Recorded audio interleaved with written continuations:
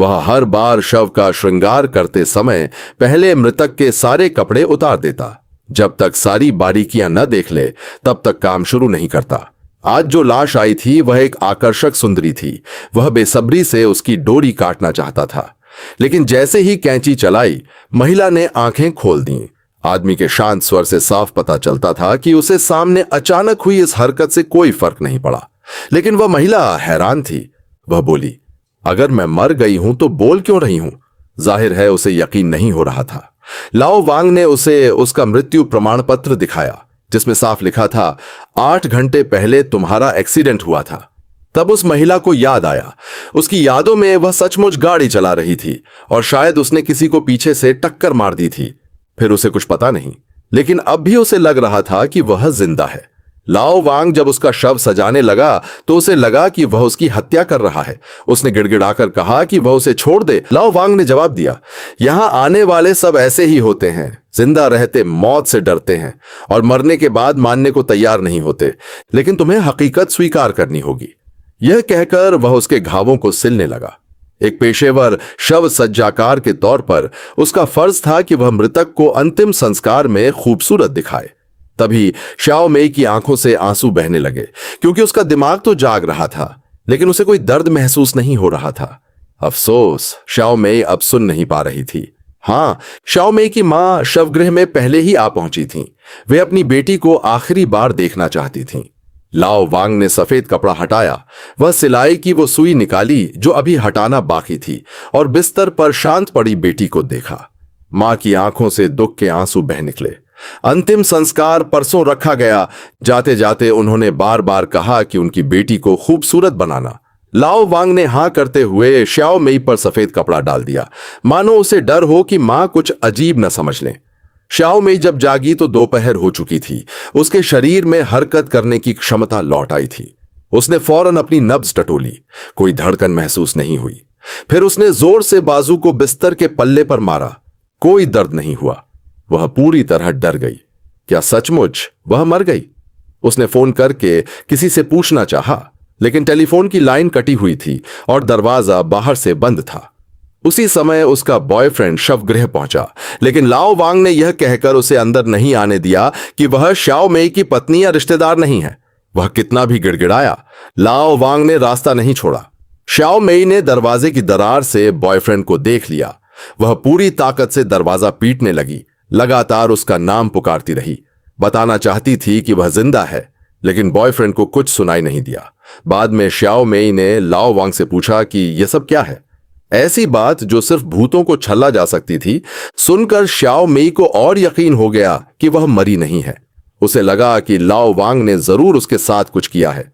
मौका पाकर जब लाओ वांग ताबूत का सामान लेने बाहर गया, श्याओ मेई ने पीठ पीछे एक कैंची छिपा ली।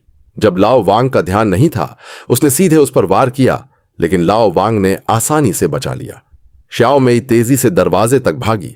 ताला नहीं खुला तो उसने मुड़कर कैंची से लाओ वांग को धमकाया, लेकिन उसे बिल्कुल उम्मीद नहीं थी कि लाओ वांग बढ़कर उसका हाथ पकड़ लेगा। आखिरकार श्याओ मेई में उसे मारने की हिम्मत नहीं हुई। तब लाओ वांग ने गंभीरता से समझाया, मैं तुमसे इसलिए बात कर पा रहा हूं क्योंकि मुझमें एक खास आत्मिक शक्ति है। मैं बचपन से भूत प्रेत देख सकता हूं और उन्हें पारलौकिक गति दिला सकता हूं। आसान शब्दों में कहूं तो मैं एक आत्माओं का पार उतारने वाला हूं। इस बेमेल सफाई से श्याओ मेई को और शक हुआ। वह हर हाल में जानना चाहती थी कि माजरा क्या है, लेकिन पहले उसे भागना था। आखिर उस दिन उसे मौका मिल ही गया। लाओ वांग एक कफन लेकर आया और पहनकर देखने को कहा। तभी श्याओ मेई ने देखा कि लाओ वांग का कोट भी वहीं लटका है। उसने चुपके से जेब से चाबी निकाल ली। जैसे ही लाओ वांग गाड़ी लेकर बाहर निकला, श्याओ मेई ने फौरन चाबी से दरवाजा खोलकर चुपचाप भागने की कोशिश की, लेकिन चाबियां बहुत थीं। उसे एक एक कर आजमाना पड़ा। उधर पेट्रोल पंप पर तेल भरवा रहे लाओ वांग को कुछ पता नहीं चला। पैसे देते वक्त जब चाबी गायब दिखी तो उसे कुछ गड़बड़ लगा। दुकानदार के लौटाए छुट्टे पैसे लिए बगैर वह फटाफट गाड़ी स्टार्ट कर वापस भागा। इधर श्याओ मेई ने आखिरकार शवगृह का दरवाजा खोल ही दिया, लेकिन बाहर भागने से पहले ही लौटते लाओ वांग से उसकी टक्कर हो गई। भागना नामुमकिन देख वह झट लाओ वांग के दफ्तर में छिप गई और वहां रखे लैंडलाइन से बॉयफ्रेंड का नंबर मिलाया। खुशकिस्मती से बॉयफ्रेंड ने फौरन फोन उठा लिया। बदकिस्मती से वह हाल ही में अत्यधिक दुखी था। श्याओ मेई की आवाज सुनकर उसे भ्रम हुआ और उसने फोन मेज पर फेंक दिया।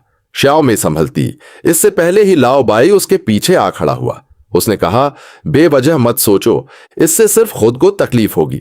लाओ बाई ने शीशे पर से काला कपड़ा खींच लिया और श्याओ मेई से कहा कि खुद को गौर से देखो। श्याओ मेई ने करीब जाकर देखा तो पाया कि उसके चेहरे पर जरा भी रक्त नहीं है। वह कागज की तरह सफेद हो गई थी। उसे यकीन नहीं हुआ, फिर पूरी तरह निराश हो गई। अब उसे लाओ बाई की बातों पर भरोसा होने लगा। शायद वह सचमुच मर गई है। लाओ बाई अभी खुश हो ही रहा था कि उसने देखा पड़ोस का लड़का वो अजीब दृश्य देख रहा है। लड़के ने फौरन श्याओ मेई को पहचान लिया क्योंकि वह उसकी टीचर थी। लेकिन लाओ बाई को फिक्र नहीं हुई। उसने सोचा बच्चे की बात का कोई यकीन नहीं करेगा। तभी श्याओ मेई ने एक गहरी सांस छोड़ी। लाओ बाई घबरा गया। उसने फटाफट सफेद कपड़े से शीशे पर जमी भाप पोंछ दी। उसके बाद तो जो श्याओ मेई असल में जिंदा थी उसने खुद को लाश मान लिया। हालांकि शीशे पर भाप ने बता दिया था कि श्याओ मेई एक जीवित इंसान है, लेकिन उसे खुद इसका एहसास नहीं हुआ। अगले दिन एक मोटा पुलिस वाला शवगृह आया, लेकिन वह श्याओ मेई के लिए नहीं, अपने भाई को देखने आया था। लाओ बाई से गपशप करते वक्त श्याओ मेई का सर अचानक हिला। पुलिस होने के नाते मोटे को फौरन कुछ गड़बड़ लगी, पर लाओ बाई को शक न हो इसलिए उसने अपने भाई के साथ 2 मिनट अकेले रहने की बात कही। लाओ बाई ने मना नहीं किया और कमरे से चला गया। लाओ बाई के जाते ही पुलिस वाला तेजी से श्याओ मेई के पास गया। श्याओ मेई तो मर चुकी थी, लेकिन फिर भी उसने सफेद कपड़ा हटाकर दिल की धड़कन चेक की। तभी लाओ बाई अचानक लौट आया। मोटा पुलिस वाला बुरी तरह चौंक गया। उसके पास कोई सफाई नहीं थी। वह चुपचाप अपनी टोपी लेकर चला गया। यह सब लाओ बाई को बेहद नागवार गुजरा, लेकिन वह बदला नहीं ले सकता था सिवाय इसके कि उसने मोटे पुलिस वाले के मरे भाई के मुंह पर भद्दा मेकअप कर दिया। उधर बॉयफ्रेंड श्याओ मेई का सामान लेने स्कूल आया। तभी उस लड़के ने उसे देख लिया। लड़के ने उसे रोककर बताया कि उसने कल रात शवगृह में श्याओ मेई को लाल रंग की लंबी ड्रेस में देखा था। बॉयफ्रेंड को यकीन नहीं हुआ। उसने गुस्से में लड़के को एक थप्पड़ मारकर गिरा दिया, क्योंकि उसे हाल ही में बार बार श्याओ मेई सपने में आती थी और कल फोन पर सुनी आवाज बिल्कुल श्याओ मेई जैसी थी। उसे लगा उसे भ्रम हो रहा है। फिर उसने ध्यान से याद किया, जिस दिन श्याओ मेई का एक्सीडेंट हुआ था उस दिन उसने लाल लंबी ड्रेस पहनी हुई थी। क्या सचमुच श्याओ मेई जिंदा है? वह फौरन शवगृह पहुंचा और बेचैनी से श्याओ मेई से मिलना चाहा। लाओ बाई को डर था कि कहीं कुछ गड़बड़ न हो जाए। वह हाथ में कैंची लिए उसके पीछे पीछे गया। बॉयफ्रेंड पागलों की तरह श्याओ मेई को आवाज दे रहा था, लेकिन श्याओ मेई ने आवाज सुनकर भी बाहर आकर नहीं मिली, क्योंकि पिछली रात के बाद उसे पूरा यकीन हो गया था कि वह एक लाश है और लाओ बाई के सिवा कोई उसकी आवाज नहीं सुन सकता। श्याओ मेई के बाहर न आने पर बॉयफ्रेंड बहुत परेशान हुआ। वह सीधे थाने गया और अपने पुलिस दोस्त से मदद मांगी, लेकिन दोस्त ने सोचा कि वह गम में पागल हो गया है और यह बेबुनियाद वहम पाल रहा है। दोस्त ने श्याओ मेई का मृत्यु प्रमाण पत्र निकालकर दिखाया, लेकिन बॉयफ्रेंड को उसमें कई खामियां दिखीं। उस वक्त के डॉक्टर ने शव देखा ही नहीं था। उसने अंदाजा लगाया कि श्याओ मेई को कोई दवा दी गई जिससे उसे मृत घोषित कर दिया गया। पास खड़े एक सिपाही को भी याद आया कि वाकई एक ऐसी दवा होती है जो इंसान को। दोस्त अभी अधबीच में ही था कि मोटे पुलिस वाले ने बीच में बोल दिया, मैं सुबह वहां गया था, श्याओ मेई सचमुच मर चुकी है। यह सुन बॉयफ्रेंड की सारी उम्मीदें टूट गईं। अंतिम संस्कार के दिन लाओ बाई ने श्याओ मेई को बड़े प्यार से सजाया संवारा। उसने पूछा, कोई आखिरी इच्छा? श्याओ मेई दुनिया को एक आखिरी बार देखना चाहती थी। लाओ बाई उसे दरवाजे तक लाया, लेकिन श्याओ मेई बाहर जाने की हिम्मत नहीं जुटा पाई। लाओ बाई ने समझाया, यही इंसानी फितरत है। जीते जी मौत से डर लगता है, मरने के बाद जिंदा होने का डर लगता है। फिर लाओ बाई ने उसे दवा की सुई लगाने की तैयारी की, लेकिन श्याओ मेई दफनाए जाने से पहले एक बार खुद को देखना चाहती थी। लाओ बाई ने उसे एक आईना थमाया। आईने में अपना अक्स देखकर श्याओ मेई ने अनजाने में गहरी सांस छोड़ी।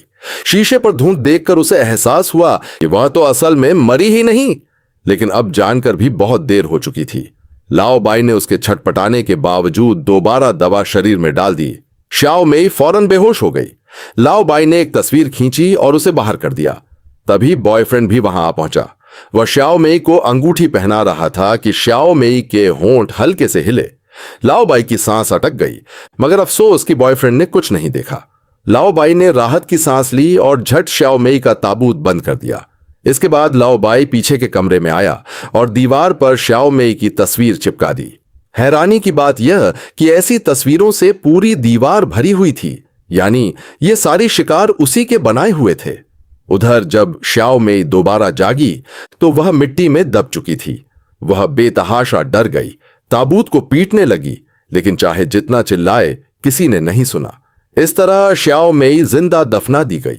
अंतिम संस्कार खत्म होने के बाद गमगीन बॉयफ्रेंड लगातार शराब पीता रहा, इस तरह खुद को बेहोश करना चाहता था। तभी लाओबाई उसके पीछे आ पहुंचा और एक राज बताया कि श्याओ मेई अब भी जिंदा है। सुनते ही बॉयफ्रेंड को गुस्सा फूट पड़ा। वह लाओबाई को पीटना चाहता था, लेकिन लाओबाई ने कहा, जल्दी करो, श्याओ मेई के पास ज्यादा वक्त नहीं है। बॉयफ्रेंड तुरंत भागा, गाड़ी लेकर कब्रिस्तान की तरफ तेज रफ्तार से दौड़ पड़ा। रास्ते में हल्की बारिश होने लगी, लेकिन शराब के नशे में उसने रफ्तार कम नहीं की। सड़क को अपना घर समझकर पागलों की तरह गाड़ियां ओवरटेक करने लगा।